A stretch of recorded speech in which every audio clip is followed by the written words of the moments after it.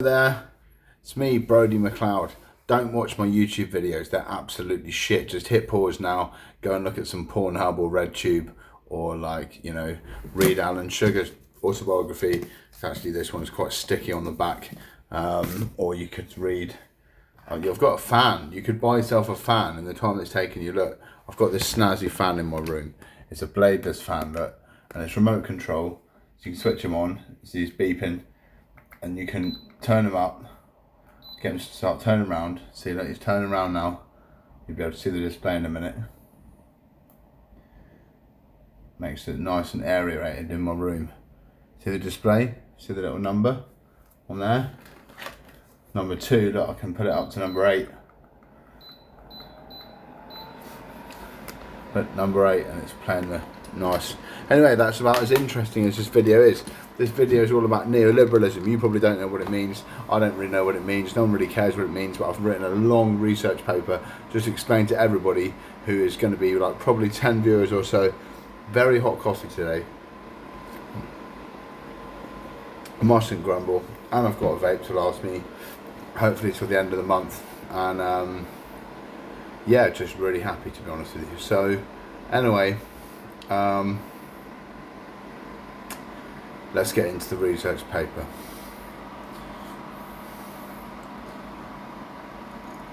It's not finished the results. It's still analysing. All right, I'll do some more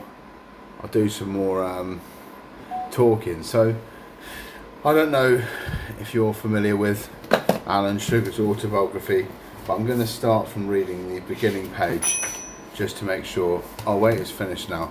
That's good. It'll be ready to open. There we go. It loves the word architecture.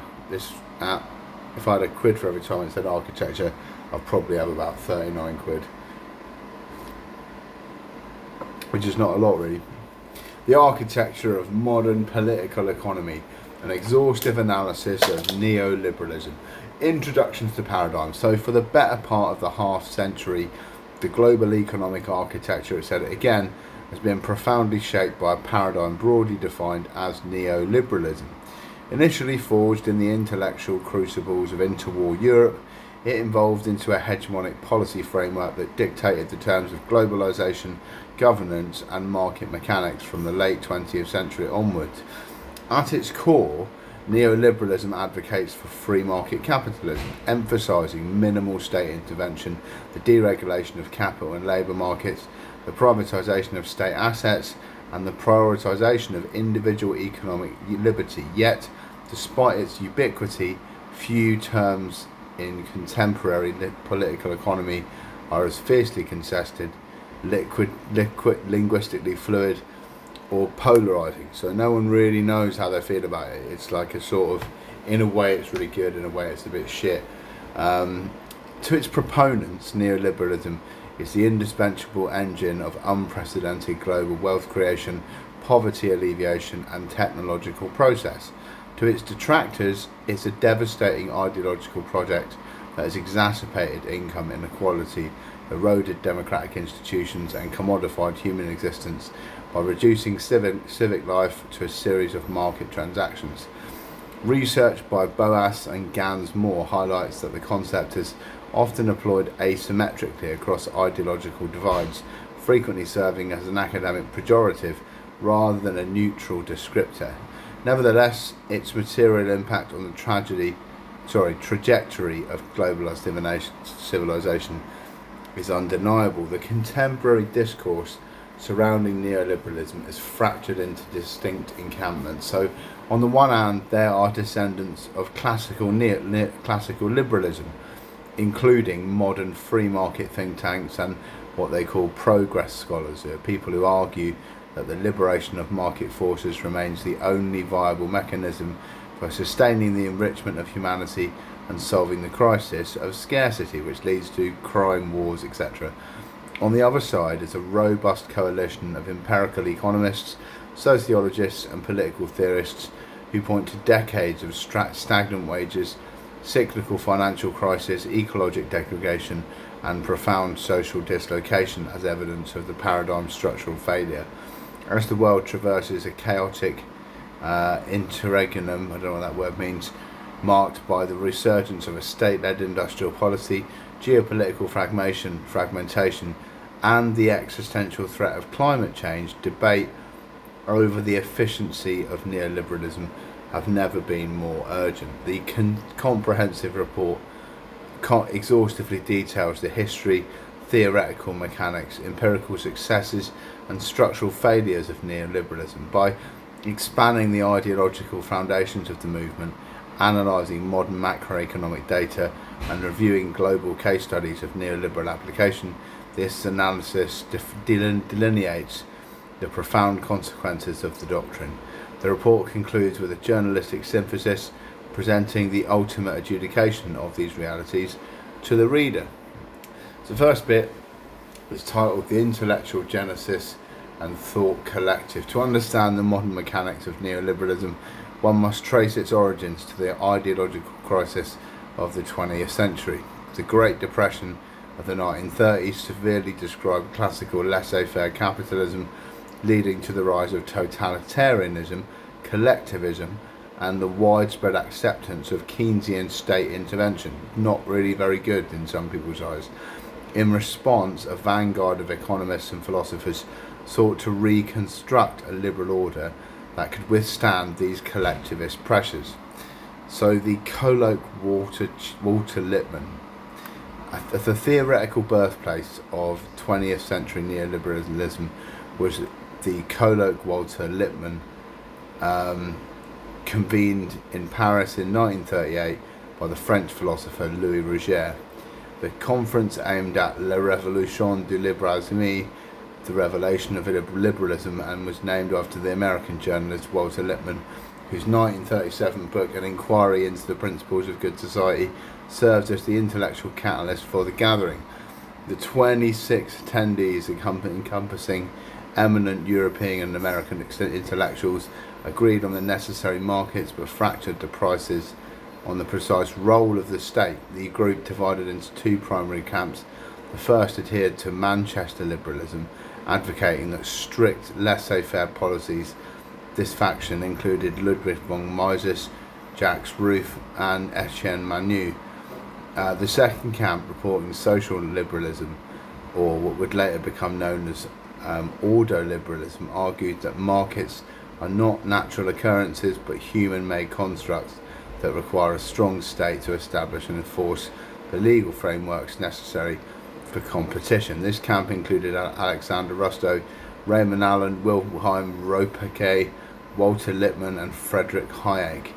Despite these internal divisions, the colloque marked the first formal use of the term neoliberalism in the English lexicon and established a unified movement against the preservation of monopolies and the drift towards socialist planning. So the Montpellier Society. The outbreak of the Second World War interrupted this intellectual project, but it was formally resurrected in 1947 with the establishment of the Montpellier Society in Vevey, Switzerland. Organised by Friedrich Hayek, the Society's founding members constituted a transnational thought collective that included Milton Friedman, probably heard of him, George Stigler, Karl Popper, and Luigi Einaudi. Operating initially as a fringe academic enclave, the Montpellier Society served as an incubator for neoliberal ideology. Its members debated critical policy areas, including the role of trade unions, the mechanics of development in economics, antitrust policies, and the influence of philanthropy. Through extensive logistical coordination and the establishment of affiliated think tanks, the discourse successfully bridged the gap between abstract academic theory and actionable public policy, laying the groundwork for the paradigm's eventual global dominance. There's four phases of neoliberal development. Scholarly literature on the history of political economy, notably synthesized by Anthony J. Evans, identifies the evolution of neoliberalism through four distinct phases, reflecting its adaptability to shifting macroeconomic environments. I can't be bothered with that chart. By the end of its dominance, neoliberalism had achieved a status of intellectual hegemony, as analysed by philosophers such as Michael Foucault, It evolved from a mere set of economic prescriptions into a pervasive governmentality, rationally extending market logic, complex frameworks, and cost-benefit metrics into every sphere of human behaviour, fundamentally altering the nature of civic life, education, and social welfare. The theoretical and empirical case for neoliberalism. So, to adjudicate the legacy of neoliberalism, one must first examine the compelling theoretical frameworks and historical arguments marshalled by its proponents. The defence of the free market rests on the premise that decentralised, price-mediated coordination are vastly superior to state planning in allocating scarce resources, fostering technological innovation, and maximising aggregate human welfare. The great entrenchment and the bourgeois deal, perhaps the most potent historical defence of the market society, is articulated by economic historian Deirdre McCloskey in her seminal work Bourgeois Dignity. McCloskey addresses the great fact of modern human history, the staggering explosion of global wealth where average real income per person in a market economy surged from roughly $3 a day to 1800 to over in 1800 to over $100 a day in the modern era. McCloskey systematically dismantles standard materialist and economic explanations for this great enrichment. She argues that capital accumulation, thrift, imperialism, and the establishment of property rights are entirely insufficient to explain a 3,000 or 10,000% increase in wealth. Thrift and property rights existed for centuries without triggering an industrial revolution, and imperialism, she notes, often operated as on a tax and domestic public rather than a genuine engine of growth. Instead, McCloskey points that the catalyst was deeply ideological, a profound rhetorical shift in societal attitudes towards the merchant, the inventor, and the entrepreneur.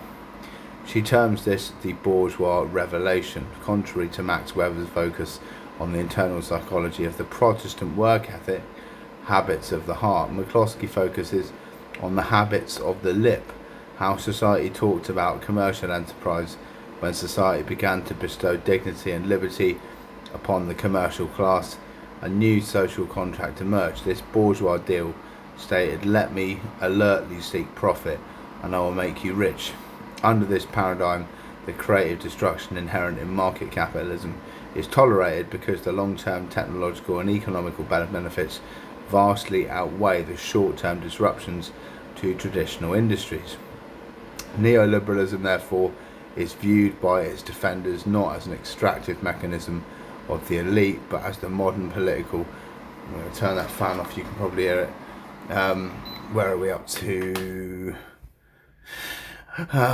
Let me alertly seek profit and I will make you rich. Under this paradigm, the creative destruction inherent in market capitalism is tolerated because the long-term technological and economic benefits vastly outweigh the short-term disruptions to traditional industries. Neoliberalism, therefore, is viewed by its defenders not as an extractive mechanism of the elite, but as the modern political protector of this essential bourgeois deal, safeguarding the liberties of the unleashed human creativity, reclaiming the brand, optimism, empiricism, and globalism. In recent years, a concerted effort has emerged among economists and policy think tanks to reclaim the term neoliberal from its pejorative usage and present it in a positive, constructive ideology. Organisations such as the Adam Smith Institute in the UK have published works defining the neoliberal mind as fundamentally optimistic, forward-looking, and empirical. This reclaimed self-identified neoliberalism asserts several core tenets. So, liberal consequentialism. The ultimate justification for any economic or political system is whether it allows people to live their lives they desire and increases overall human satisfaction. Neoliberals argue that the integration of global markets over the past 40 years has lifted billions of people out of extreme poverty, particularly in East and South Asia, proving consequentialist superiority of the markets. And you've got global welfare over nationalism, a true neoliberal protective values the well-being of a migrant or a citizen of a developing nation as equally that of a native-born citizen. This global focus provides a moral foundation for open borders, free trade, and resistance to national protectionism. Functional property rights, rather than viewing the property rights as sacred, inviolable natural laws as such as strict libertarians might do, pragmatist neoliberals view them as essential functioning tools for long-term economic planning and calculation because they're functional rather than moral absolutes. More moderate redistribution of wealth from the lucky to the unlucky is entirely justifiable, proving it does not depress economic growth through excessive punitive taxation. Then you got institutional robustness, right? So scholars like Mark Pennington argue that classical liberal institutions are uniquely equipped to handle the knowledge problem and the incentive problem inherent in human society, providing a more robust political economy and egalitarian and communitarian alternatives. Similarly, Nick Cohen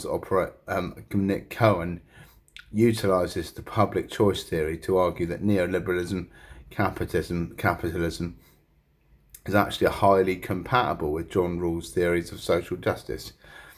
Empirical defences of this era of globalisation highlight that increases in economic freedom correlate positively with the expansion of democratic institutions. Global market integration forces competition. It limits state corruption and it fosters an independent middle class that demands political representation and the rule of law. Progress studies and the abundance agenda, 21st century iteration of market optimism, is heavily concentrated in the progress studies movement, pioneered in 2019 by economist Tyler Cowen. The Stripe founder Patrick Collinson found this discipline seeks to investigate the exact mechanisms of scientific and technological process and determine how to accelerate them.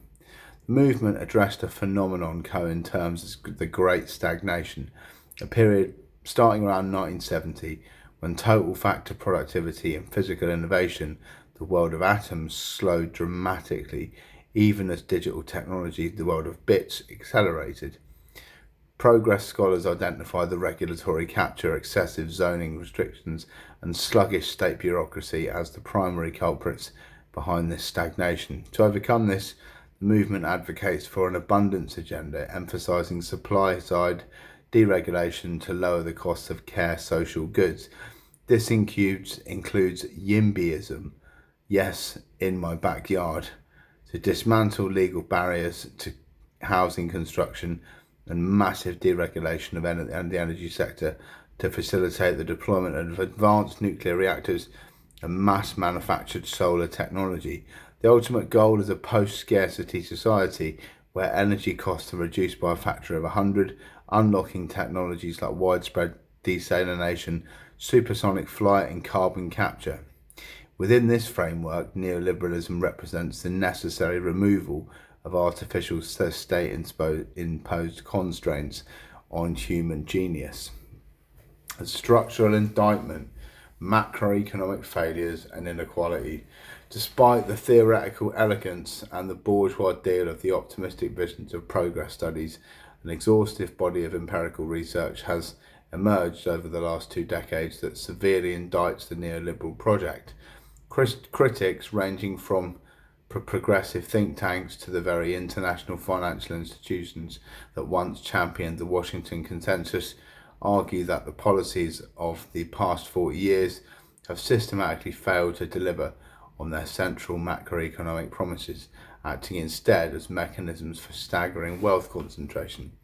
The failure of the growth equality trade-off. So a central pillar of neoliberal logic is that society must accept a trade-off between economic efficiency, growth, and equity, redistribution. The theory posits that attempting to engineer equality through taxation and market intervention dampens incentives, creating an efficiency leak that ultimately slow economic growth. However, exhausted macroeconomic data synthesized by institutions like the Roosevelt Institute demonstrate that this trade-off is empirically false. The historical record indicates that as a neoliberal policy, including corporate deregulation upon suppression, the tax reductions for the wealthy became deeply entrenched. Overall economic growth in advanced economies actually decelerated. In the United States from 1950 to 1980, an era characterized by high marginal tax rates, strong labour unions, and robust financial regulation, the economy grew at an average annual rate of 3.9%. From 1980 to present, under the neoliberal consensus, that average dropped significantly to 2.6%. Concurrently, the distribution of growth that did occur became drastically skewed, decoupling productivity from working class prosperity. I can't be bothered to read that. Neoliberal theory often pathologizes this inequality as an individual failure, suggesting that workers simply need more human capital or education to complete a globalized knowledge economy. However, structural economists argue that the wage premium for a college education stalled in the early 2000s. They point to systemic factors, sacrificing the intentional dismantling of labour bargaining power and the rise of monopolistic super firms as the true drivers of inequality, rendering individual upskilling an insufficient remedy for structural dispossession. The IMF reassessment, the neoliberal oversold. Perhaps the most startling and consequential critique of neoliberalism has originated from within the International Monetary Fund, IMF, the institution that served as the primary enforcer of the paradigm in the developing world. In landmark 2016 paper titled Neoliberalism Oversold, economists Jonathan D'Ostri, Prakash Lounjani, and Davide Fusheri from the IMF's research department conducted a rigorous post-mortem on two major planks of neoliberalist agenda. Capital account liberalisation, which is the unfettered movement of capital across borders, and fiscal consolidation, austerity. Their findings fundamentally undermine the doctrines of macroeconomic viability, detailing severe costs and elusive benefits. The risks of hot money. While foreign direct investment, FDI, can transfer useful technology and boost local capabilities, the broader liberalisation of capitalist accounts has failed to generate an unestablishable growth and benefits for a broad group of countries. Not instead, short-term portfolio flows, hot money, significantly increase macroeconomic volatility. The IMF noted that since 1980, there's been roughly 150 surges in capital inflows to emerging markets. Approximately 20% of these episodes ended in catastrophic financial crisis, destroying vast amounts of economic output. So the damage of austerity, like from structural readjustment loans from the IMF, they're really bad. Policies designed to slash public debt through expenditure cuts generate immense, long-lasting welfare costs. Utilising De Vere's and narrative approach to measure fiscal actions, the IMF found that a fiscal consolidation of just 1% GDP increases the long-term unemployment rate by 0.6 percentage points and raises the Gini measure of outcome inequality by 1.5% within 5 years. Crucially, these austerity measures disproportionately harm wage earners while leaving profit and rent income largely insulated. The adverse feedback loop. So the most critical finding of the IMF's internal reckoning is the structural contradiction of neoliberalism itself. Both financial openness and austerity consistently and measurably increase income inequality. Deep inequality, the data shows, significantly lowers both the pace and the durability of economic growth. Thus, the very policies implemented to foster market efficiency ultimately sabotage it by creating an unequal, fragile macroeconomic environment. The IMF researchers concluded that the fear of redistribution is largely unfounded. For countries with ample fiscal space, the economic drag of distortionary taxation requires to pay down debt is often worse than simply living with the debt and allowing it to decline organically through growth. The explicit admission that inequality harms growth represents a paradigm shift away from the strict Washington consensus. So Marxist and political ecology critiques, beyond statistical macroeconomics, radical political economists interpret neoliberalism not as a flawed policy toolkit with unintended consequences, but a highly successful, deliberate class project. So geographer David Harvey, in his seminal A Brief History of Neoliberalism, articulates that the paradigm was a political response by the global elite to the crisis of capital accumulation and falling profit rates in the 1970s. Its true objective, Harvey argues, was never the maximisation of public welfare or the realisation of the bourgeois deal, but the restoration of class power and the upward redistribution of wealth. Through the privatisation of state assets, the dismantling of the social safety net, and the commodification of public goods, neoliberalism operates via what Harvey terms accumulation by dispossession, extracting wealth from the public commons and transferring it to private capital. Furthermore, the environmental critique of neoliberalism has gained immense traction in contemporary academia. The doctrine's inherent hostility to state regulations and its reliance on the unceasing expansion of consumption directly conflict with the planetary boundaries of the Earth's biosphere. Research indicates that a stark historical correlation.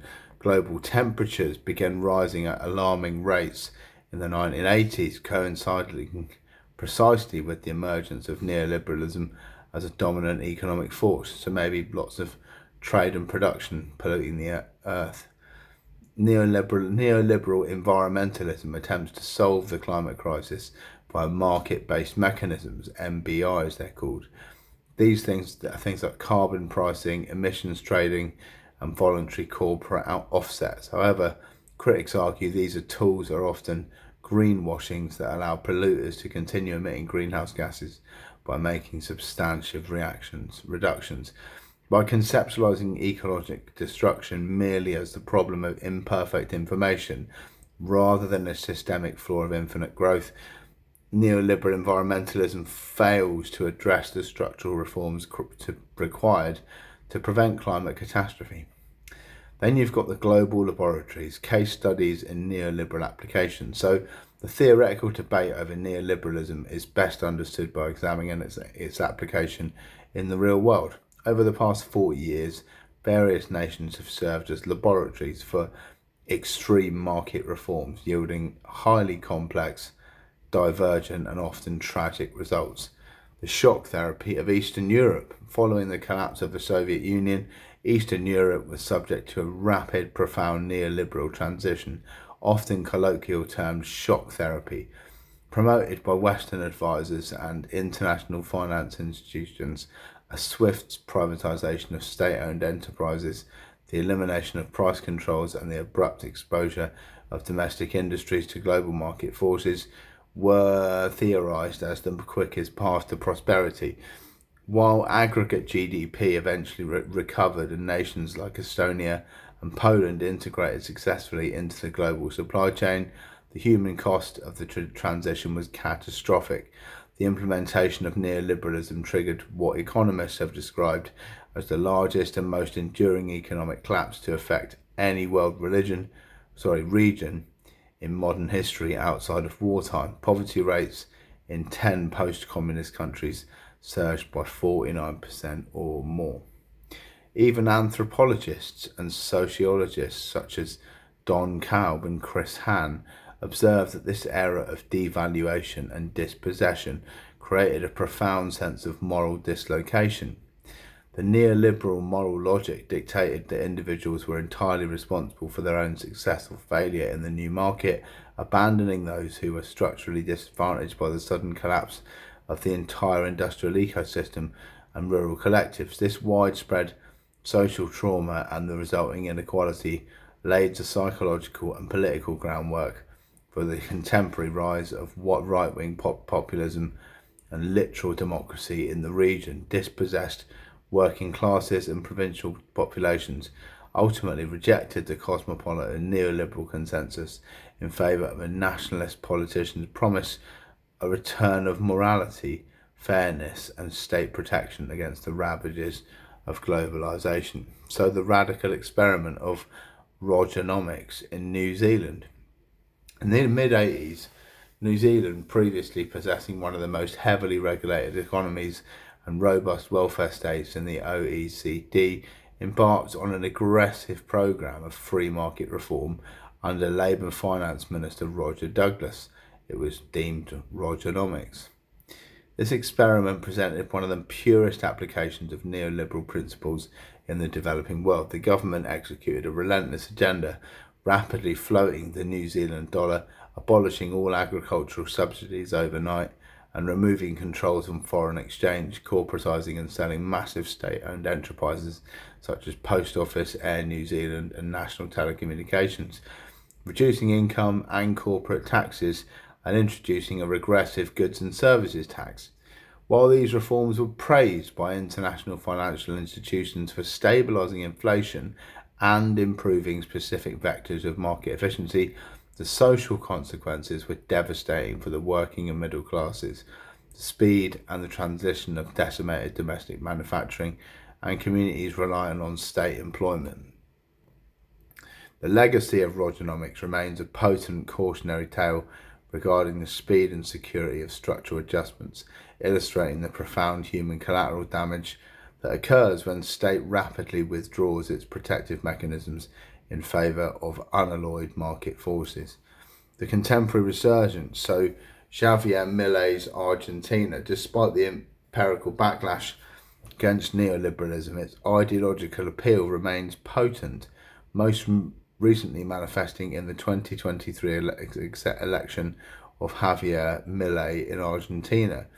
Inheriting a nation crippled by hyperinflation, severe debt, and decades of mismanaged Peronist infantilism, Milei, a self-described anarcho-capitalist, campaigned on a radical program of state reconstruction.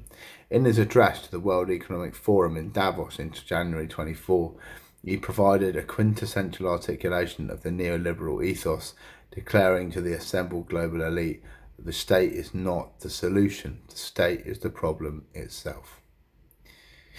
He framed free enterprise capitalism as the solitary tool capable of eradicating poverty, castigating collectivism and social justice as vectors of impoverishment and coercion that inevitably lead to poverty.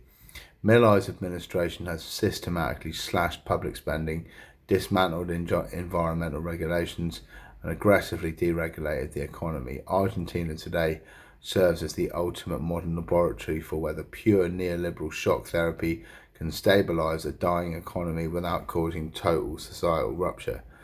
So defining the consensus, the developmental state model.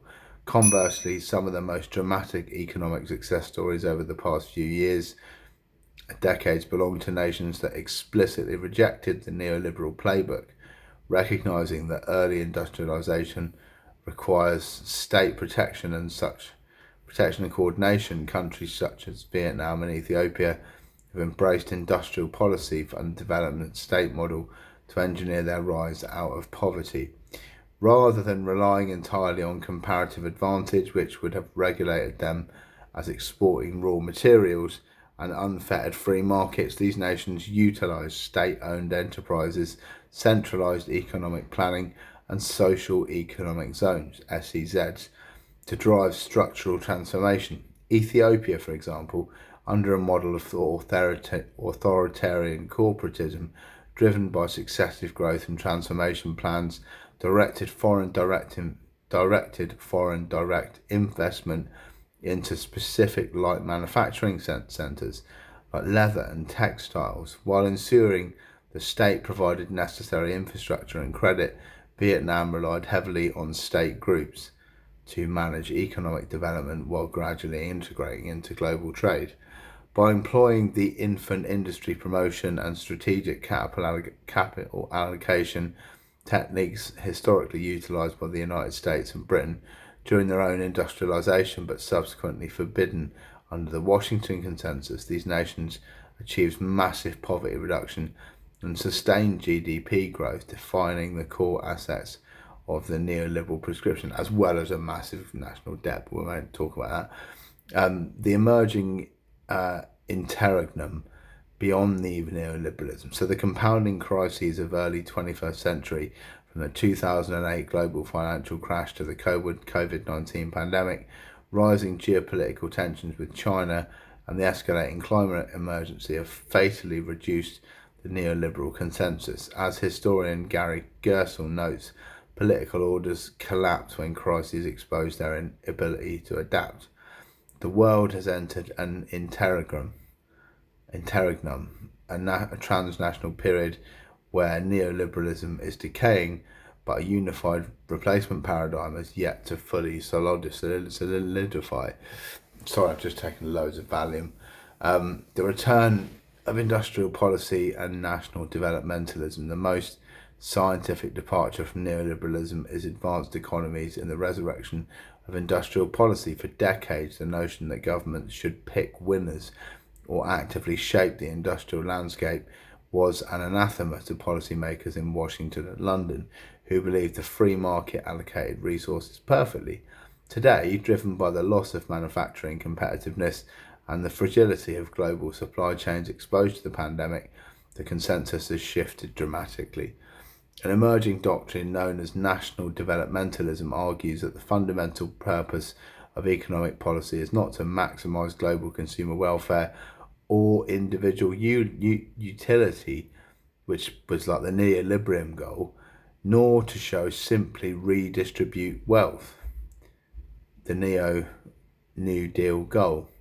But instead, they argued that it was to foster national economic resilience as well as productivity and technological supremacy.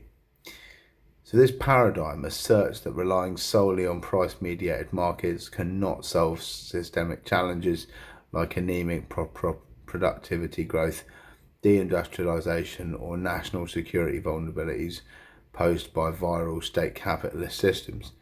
The shift is materialized in massive state interventions such as the United States CHIPS and Science Act and the Inflation Reduction Act, IRA. Poor choice of anachronism. These legislative packages represent the allocation of trillions of dollars to rebuild domestic semiconductor manufacturing and accelerate the green energy transition through public strategic subsidies and tariffs.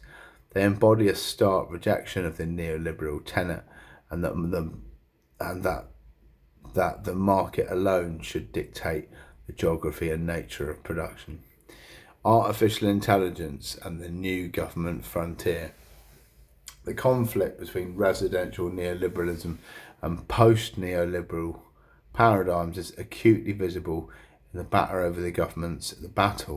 over the governance of artificial intelligence. Currently, the trajectory of AI development is heavily dictated by the imperatives of capital and large technology monopolies. The operative philosophy among these firms remains fundamentally neoliberal: prioritize rapid, unchecked innovation, rely on corporate self-regulation, and weaponize the mantra that regulation stifles innovation.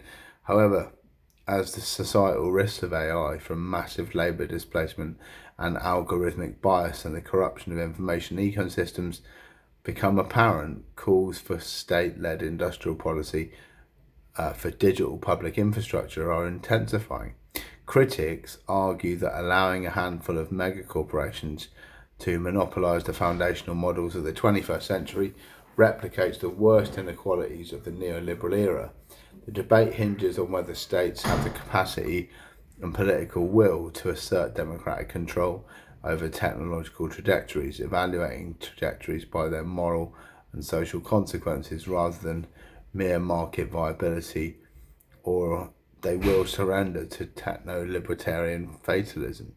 The challenge of climate capitalism. So wherever you stand on climate change, it's a bit of a debate, but whether it's CO2 or algae blooms or fucking gnomes in the garden, perhaps the greatest test of neoliberalism's resilience is the climate crisis. The traditional neoliberal response requires green capitalism or green ordoliberalism, the belief that minor technocratic injunctions such as carbon pricing, will incentivise the market to incentivize its way out of ecological crisis without fundamentally disrupting the logic of finite economic growth, private property.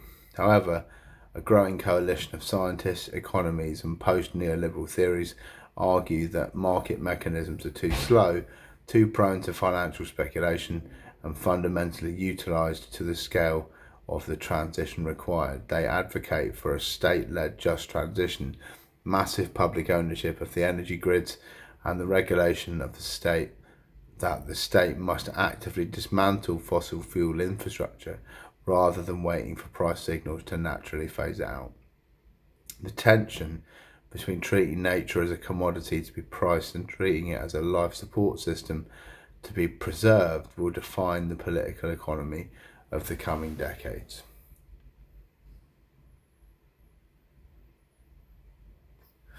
Conclusion: the adjunctation of the reader. The history of neoliberalism is the economic history of the modern world. It's an architecture of staggering complexity, a philosophy that fundamentally re-engineered the relationship between the state, the market, and the citizen. In analysing the breadth of this paradigm, two distinct, empirically valid realities emerge, running parallel to one another. So the first reality, neoliberalism is the great liberator of human potential. It's the architect of the bourgeois deal, the system that dismantled the suffocating bureaucracies and stagflation of the mid-20th century, integrated the global economy, and facilitated an era of technological innovation and poverty alleviation previously unimaginable in human history. To embrace this reality is to accept the logic of the progress studies movement, that human suffering is primarily a function of scarcity, and the only ethical path towards it is to unleash the relentless creative destruction of the free market to engineer an age of absolute abundance. From this perspective, the state is inherently clumsy, coercive apparatus, and any attempts to centrally manage the complexities of modern civilization will inevitably end in stagnation, corruption, or tyranny. The second reality, neoliberalism is a mechanism of profound extraction and structural violence. It is a system that's hijacked wealth created by collective human endeavour and funneled it into microscopic global elite, leaving working classes across the world to navigate decades of wage stagnation, precarity, and hollowed out communities. To accept this reality is to look at the empirical data from the IMF, the Roosevelt Institute, and the social wreckage of shock therapy in Eastern Europe and New Zealand, and conclude that the market, left to its own devices, prioritises capital accumulation over human dignity. From this perspective, an economy must be embedded within and subservient to the democratic will of society it serves, requiring the strong protective hand of the state to ensure equity, guide industrial development, and avert planetary ecological collapse. We find ourselves in a fragile interregnum, standing between the decaying certainty of the Washington Consensus and an unidentified future. The path forward cannot be dictated by economic modelling alone. It requires a fundamental moral choice about what constitutes a good society. Does the promise of boundless decentralised innovation justify the collateral damage of inequality, market volatility, and social dislocation, or does the necessity of social cohesion, democratic equity, and economic survival demand the imposition of state authority over the forces of capital? The data has been presented, the historical laboratories have been examined, the mechanisms of both enrichment and disposition have been laid bare, the adjunctation of which reality must guide the remainder of the 21st century now rests entirely with the reader. Thanks for watching all of that shit. I hope it makes sense to you. If it doesn't, you're probably completely fucked and a pro like the rest of us. And if you have studied economics, you probably think that it's all good. And 3% economic growth in a fiat currency fractional reserve system is somehow sustainable. Even if you go to LSE, that's what they teach you. It's bullshit. But I'm going to listen to my voice message from my brother Conor McLeod and take some more Valium and some Zopiclone and go back to sleep before I have to wake up again in this room, hating my life and wishing I was dead. Thanks very much.